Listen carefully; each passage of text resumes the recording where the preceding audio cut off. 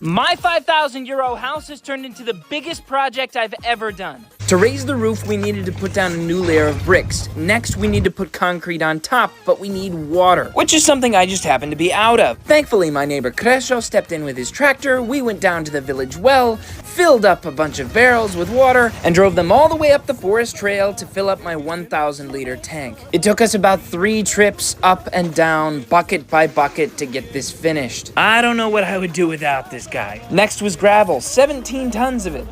That's a lot of freaking rocks, dude! Thankfully, there was a local guy who gave me a great price. I have no idea how we're gonna get this up the hill. Then, after working all day at their day jobs, my favorite crew of neighbors came up to get this concrete done. Whoever it was who built this wasn't exactly precise, so we were going to do it right this time. Or at least our version of right. I'll be honest, I had no idea what Igor and Mario were up to at first, but I started to catch on as they went along. What they were doing was creating a sort of frame for the concrete so it would stay in place when they poured it. You just create a bunch of these little wooden posts, run a metal rod all the way through them and the bricks, and then take a much larger piece of wood to make the first wall, and if it doesn't fit, then improvise. If you have confidence in your abilities, then it'll work.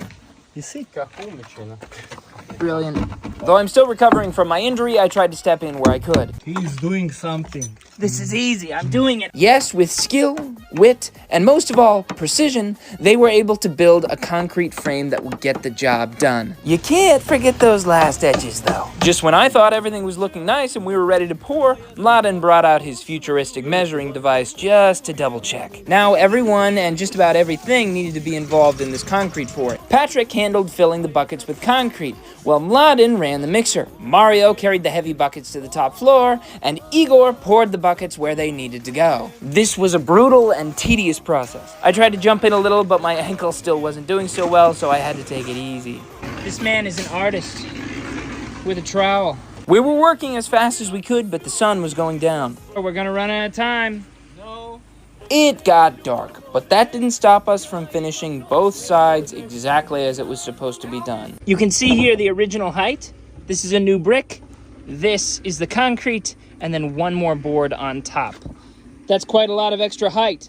Finish! Yeah. Finish! Everyone was exhausted, but we were really satisfied with what we were able to accomplish today. Follow this page to see what happens next.